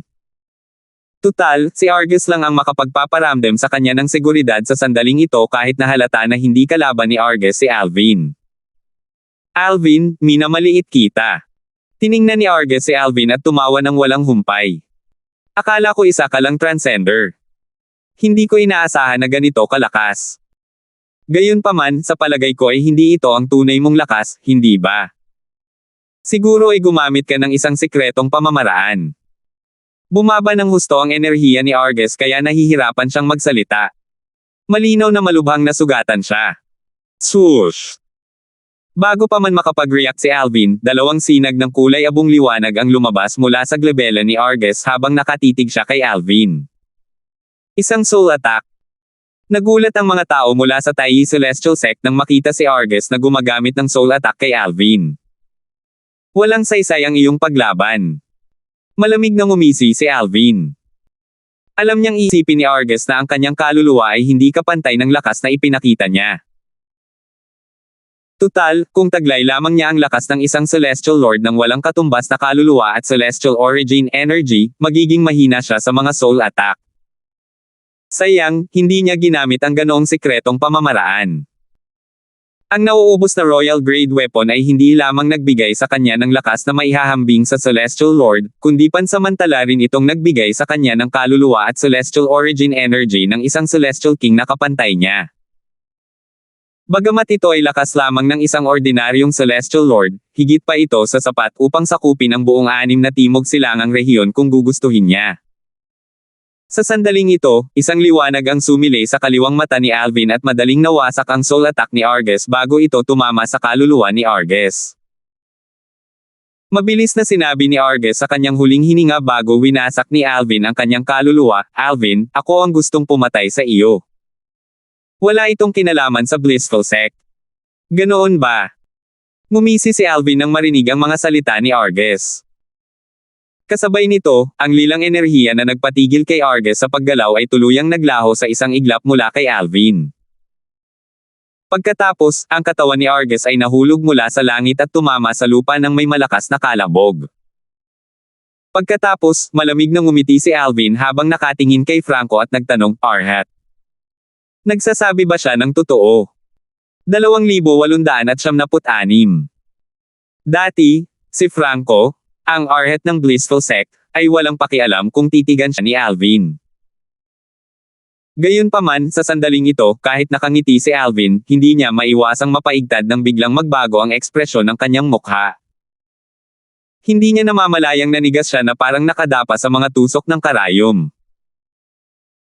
Bagamat hindi niya malinaw na nakita kung paano namatay si Argus, ang kanyang Grandmaster at ang matandang ninuno ng Blissful Sect, hindi mahirap matukoy na si Alvin ang pumatay kay Argus batay sa mga reaksyon ng mga tao mula sa Taiyi Celestial Sect.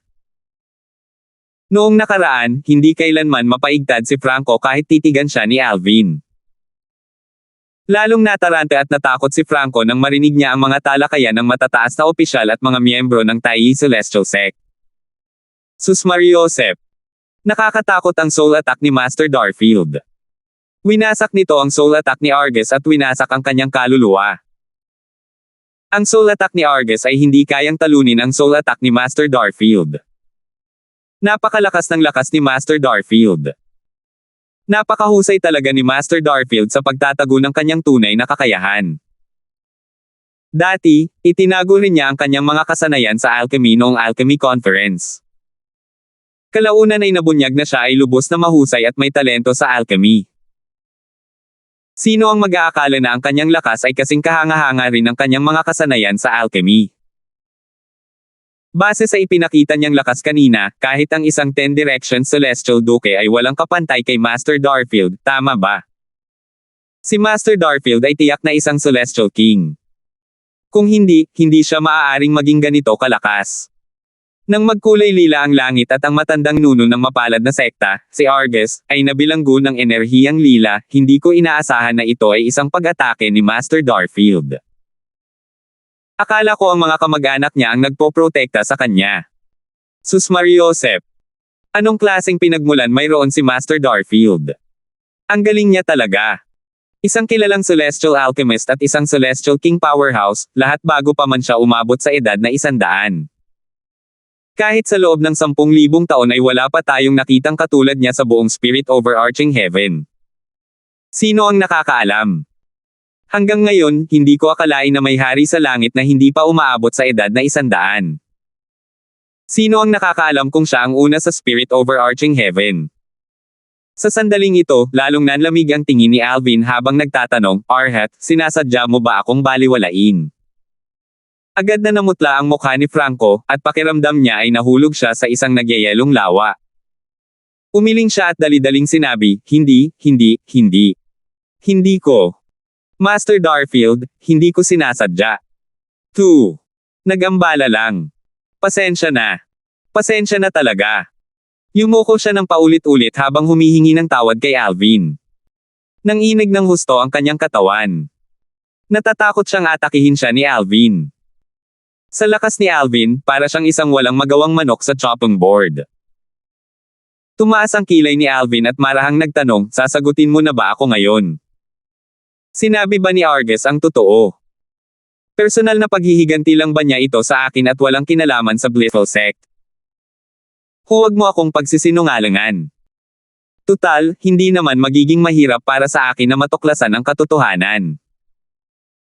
Tinitigan niya ng mabuti si Franco, malinaw na binabalaan itong huwag magsinungaling. Hindi. Hindi. Kahit na magkaroon ako ng lakas ng loob na parang leon, hindi ako maglalakas loob na magsinungaling sa iyo, mabilis na sagot ni Franco habang iminuwestra ang kanyang mga kamay, matapos matuklasan ng mga matataas na opisyal ng Blissful Sect na si Master Darfield ay isang transcender, nagpasya silang paalisan ka. Kaya nga nandito kami ng aking Grandmaster at alam mo na ang buong kwento. Nahihiyang tumingin siya kay Alvin habang nagtatanong, Master Darfield, iyon lang ang alam ko. Maaari na ba akong umalis? Ngayon na. Natural lang na hindi na siya makapaghintay na umalis. Pakiramdam niya ay maaari siyang mamatay anumang oras kung mananatili siya rito. Siyempre naman. Tumanggaw si Alvin bilang pagsang-ayon matapos makinig sa paliwanag ni Franco. Malapit nang makahinga si Franco nang madamay siya sa takot. Sabi ni Alvin, Arhat, gusto kong bisitahin ang Blissful Sect. Maaari mo bang ituro sa akin ang daan papunta roon? Natural lang na alam ng mga tao ng Tai Celestial Sect ang dahilan kung bakit gustong bisitahin ni Alvin ang Blissful Sect. Plano ba ni Master Darfield na manggulo sa Blissful Sect? Mukhang kabaliwan yan at hindi yan matalino, di ba? Para sa isang ordinaryong tao, maaaring kalokohan ito, ngunit hindi ito malaking bagay para kay Master Darfield. Tama. Tutal, si Master Darfield ay isang Celestial King. Ang mga tao ng Tai Celestial Sect ay masigasig na nag-usap sa isa't isa. Patuloy na kumalat ang balita kahit ang pinakamababang disipulo ay nakakaalam ng lakas ni Alvin. Lahat ay nagulat at nasa sabik ng malaman na ang kanilang iginagalang na Elder ay isang Celestial King. Samantala, malamig na kumislap ang mga mata ni Alvin habang sinasabi niya, mukhang ayaw akong dalhin ng Arhat doon. Hindi. Hindi. Siyempre, handa ako. Handa ako. Isang karangalan para sa akin na ipakita sa iyo ang daan. Isa itong biyaya. Mabilis na sagot ni Franco nang makita niya ang lamig ng tingin ni Alvin. Sa sobrang takot niya ay nagsimulang tumulo ang pawis sa kanyang noo.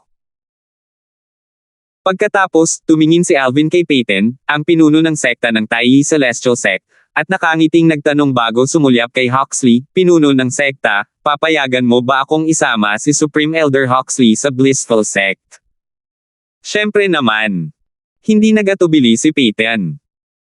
Bagamat hindi niya alam kung bakit gustong dalhin ni Alvin si Huxley sa Blissful Sect, wala siyang dahilan para tanggihan ang kahilingan ni Alvin. Isa lamang itong maliit na kahilingan, kung tutuusin. Salamat, pinuno ng sekta. Tumanggaw si Alvin bago tumingin kay Huxley at sinabing, Elder Huxley, kakailanganin kitang dalhin kami sa Blissful Sect dahil plano kong ipagpatuloy ang pag-unawa sa Celestial Method habang naglalakbay kami. Sa wakas ay naunawaan ni Peyton kung bakit gustong isama ni Alvin si Huxley. Ito ay para madala ni Huxley si Alvin gamit ang kanyang enerhiya habang si Alvin ay nakatuon sa pag-unawa sa Celestial Method. Sige, hindi problema yan, nakangiting sagot ni Huxley. May bahid ng paggalang na makikita sa kaibuturan ng kanyang mga mata habang nakatingin kay Alvin.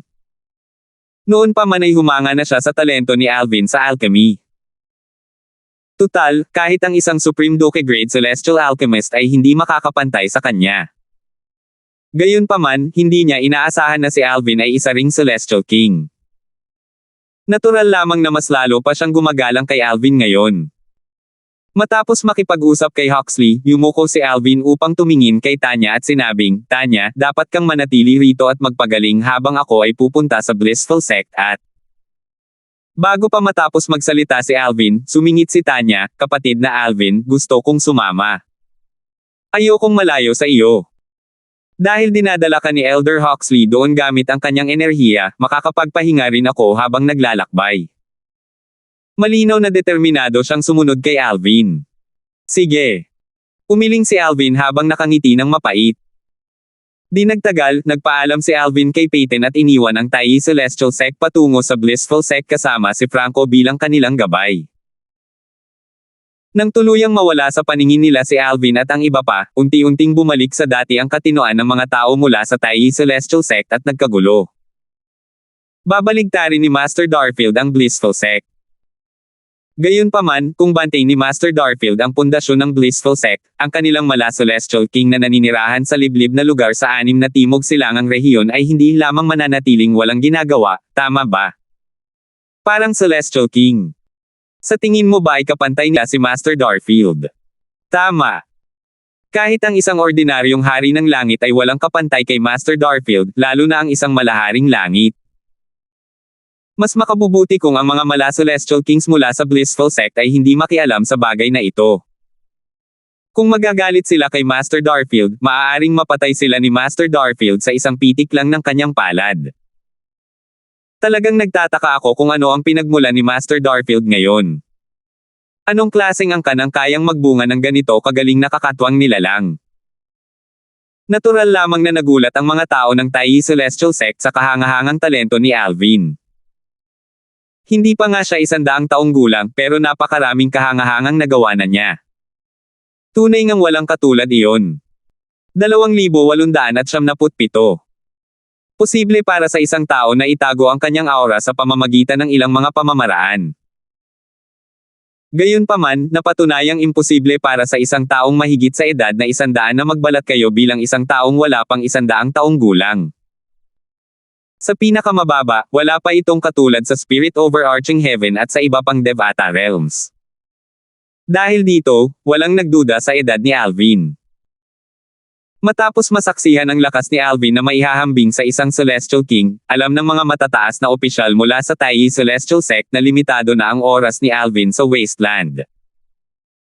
Kapag kumalat na ang balita tungkol sa nangyari sa lupain ng Tayi Celestial Sect, tiyak na magugulat ang buong 6 na rehiyon sa Timog Silangang at ang mga nasa hangganan. Tama. Totoo ito lalo na para sa mga nakakilala na kay Master Darfield. Sigurado akong hindi nila inaasahan na magiging ganito siya kalakas. Nakakalungkot na si Master Darfield ay taga-gitnang lugar, at kailangan niyang umalis sa ating Tayi Celestial Sect sa malaot madali. Kung hindi, sa lakas na ito, madali para sa atin na duminahin ang 6 na rehiyon sa Timog Silangang at mga hangganan. Tumigil ka na sa pangangarap. Nakalimutan mo na ba? May isang formation sa pagitan ng mga hangganan at ng gitnang lugar. Limitado ang oras ng isang Celestial King sa mga hangganan. Nangangahulugan ito na malapit nang umalis si Master Darfield.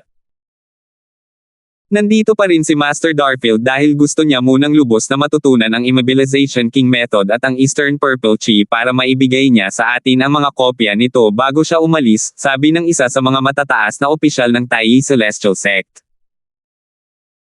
Hindi napigilan ni Peyton, ang pinuno ng sect ng Tayi Celestial Sect, ang mapabuntong hininga sa loob batay sa kapangyarihan ng Eastern Purple Chi at ng Immobilization King Method nang gamitin ito ni Master Darfield, tila na master na niya ang Eastern Purple Chi. Hindi magtatagal at matutupad din niya ng lubusan ang Immobilization King Method. Pagdating ng panahong iyon, aalis na siya sa Tayi Celestial Sect. Nalungkot siya nang maisip niya ito. Tutal, sa pag-alis ni Alvin, hindi lamang mawawala sa Tayi Celestial Sect ang isang pambihirang kilalang Celestial Alchemist na tinalo ang isang Supreme Duke Grade Celestial Method at malawakang kinilala bilang pinakamahusay na kilalang Celestial Alchemist sa 6 na Timog Silangang rehiyon at mga hangganan, ngunit mawawalan din ang sect ng isang Celestial King. Talagang kahanga-hanga si Master Darfield. Gayon din, si Margus, ang kilalang Celestial Alchemist ng Tayi Celestial Sect, na nakalutang sa hangin ay bumantong hininga sa loob. Nalilito pa rin siya sa pagganap ni Alvin kanina kaya hindi niya namalaya na dumating na pala sa tabi niya sina Elton at Zongjing. Hindi ka panipaniwala. Si Master Darfield ay isa ring Celestial King. Bulalas ni Elton. Isang halimaw. 2 salita lamang ang nasabi ni Zongjing. Gayunpaman, higit pa sa sapat ang mga ito upang maipahayag ang epektong iniwan sa kanya ni Alvin. Di nagtagal pagkatapos, nagsimulang maghiwa-hiwalay ang mga tao ng Tayi Celestial Sect. Ang ilan sa kanila ay umalis sa lupain ng Taiyi Celestial Sect upang ipakalat ang nangyari ngayon. Hindi nagtagal ay kumalat ito sa Taiyi City at sa Thousand Spiders City at sa Martial Dragon City. Patuloy itong kumalat na parang apoy sa mga pangunahing lungsod sa Wasteland na nagdulot ng kaguluhan. Gayunpaman, natural lamang na marami ang nagduda. Sa Thousand Spiders Celestial Sect at sa Martial Dragon Celestial Sect. Ang punong celestial alchemist ng Taiyi Celestial Sect, si Alvin, ay hindi lamang isang natatanging prominenteng celestial alchemist, kundi isa rin siyang makapangyarihang hari ng celestial. Paano nangyari iyon? Nakilala ko na si Master Darfield. Totoo ngang wala pa siya sa 100 taong gulang. Napakagaling niya at napakahusay sa alchemy. Paano naging posible na isa rin siyang Celestial King? Siguro peke ang balitang ito. Hindi makapaniwala ang mga tao mula sa Thousand Spiders Celestial Sect at sa Martial Dragon Celestial Sect. Hindi sila makapaniwala na si Alvin ay isang Celestial King at inakala nilang peke ang balita. Nakipaglaro ba si Alvin kay Argus bago ito pinatay? Sinira pa niya ang soul attack ni Argus at pinatay si Argus gamit ang kanyang soul attack. Kung totoo man, bakit hindi niya iniligtas si Stanley, ang matandang ninuno ng Taiyi Celestial Sect mula sa pinuno ng sect na si Emmer mula sa Profound Heaven Celestial Sect noong Alchemy Conference? Tama. Nasaksihan lang niya ang pagkamatay ni Stanley. Sa katunayan, isiniwalat ni Alvin ang kanyang cultivation base noong Alchemy Conference. Bagamat napakagaling niya sa alchemy, sinabi niyang isa lamang siyang overarching Heavenly Supreme Celestial. Ang mga tao mula sa Thousand Spiders Celestial Sect at sa Martial Dragon Celestial Sect na dumalo sa Alchemy Conference ay nanatiling nagdududa at hindi naniniwala na si Alvin ay isang Celestial King. Hindi rin pinansin ni Lorraine at Caden, ang sect leader ng Thousand Spiders Celestial Sect at ng Martial Dragon Celestial Sect, ayon sa pagkakabanggit, ang chismis. Umiling lamang sila at ngumisi. Isang hari sa langit. Maging si Crystal ay umiling sa hindi makapaniwala. Bagamat kumalat na sa buong kaparangan ang balita tungkol sa pagpatay ni Alvin kay Argus, walang sinuman maliban sa mga mula sa Taiyi Celestial Sect ang sineryoso ito. Tutal, kahit ang dalawang pangunahing sekta sa kaparangan, ang Thousand Spiders Celestial Sect at ang Martial Dragon Celestial Sect, ay hindi naniwala. Walang naniniwala. Tunay ngang isang Celestial King si Master Darfield. Personal kong nasaksihan ang kanyang lakas. Paano nang ahas ang mga tao mula sa Thousand Spiders Celestial Sect at sa Martial Dragon Celestial Sect na pagdudahan siya? Hayaan mo na lang sila. Hindi naman tayo pwedeng magmakaawa na paniwalaan nila, di ba? Natural lang na nagalit ang mga tao ng Taiyi Celestial Sect dahil walang naniwala sa kanila. Natural lamang para sa mga tao mula sa Thousand Spiders Celestial Sect at sa Martial Dragon Celestial Sect na magduda. Tutal, wala ni isa sa kanila ang nakakita kung paano pinatay ni Alvin si Argus. Hindi namin ito naitala gamit ang isang floating image pearl noong panahong iyon. Ang isang ordinaryong floating image pearl ay masyadong mabagal para mahuli ang mga galaw ni Argus. Tanging isang floating image pearl na nilikha ng isang celestial duke lamang ang makakahuli sa kanyang mga galaw. Maaaring ganoon nga, ngunit hindi pa rin ito mahuhuli ang mga galaw ng isang Celestial King. Tanging isang mas mataas na uri ng floating image pearl lamang ang makakahuli ng mga galaw ng isang Celestial King. Sa mga matataas na opisyal ng Taiyi Celestial Sect, may ilan sa kanila na nagtataglay ng Duke-grade floating image pearls. Sayang, walang nakaalala na i-record ang laban. Labi silang nang hinayang. Bagamat maaaring hindi nito makuhanan ang mga galaw ni Alvin, may re-record nito si Argus gamit ang soul attack kay Alvin at sa sandaling mamatay si Argus. Sapat na itong ebidensya upang patunayan na hindi peke ang balita. Kahit na noon, maganda ang punto ng Thousand Spider Celestial Sect at Martial Dragon Celestial Sect. Makatuwiran naman kung bakit hindi sila naniniwala sa mga chismis. Ano iyon? Sabi nila kung si Alvin ay isang Celestial King, bakit hindi niya iniligtas ang ating matandang ninuno mula sa atake ni Emmer noong Alchemy Conference? Totoo naman. Bakit hindi ko naisip yun? Marahil, hindi nakialam si Master Darfield dahil sa palagay niya ay dapat pagbayaran ng matandang ninuno ang kanyang buhay para sa pagpatay sa batang Panginoon ng Profound Heaven Celestial Sect. Posible. Isa pa, hindi niya mapoprotektahan ang matandang ninuno habang buhay dahil malapit na siyang umalis sa Tai Celestial Sect. Paano kung makialam siya at lalong masaktan si Emmer? Magdudulot lang iyon ng problema sa atin. May katuturan iyan. Ito siguro ang dahilan kung bakit hindi nakialam si Master Darfield. Samantala, tila nababagabag si Peyton habang nakatitig sa hangin. Naisip niya sa sarili nang nakakunot ang noo, dati, nabanggit ni Master Darfield na wala siyang magawa para iligtas ang matandang ninuno. Sa palagay ko ay nangangahulugan ito na wala siyang balak na manatiling walang ginagawa kung sapat ang kanyang lakas para tumulong sa oras na iyon.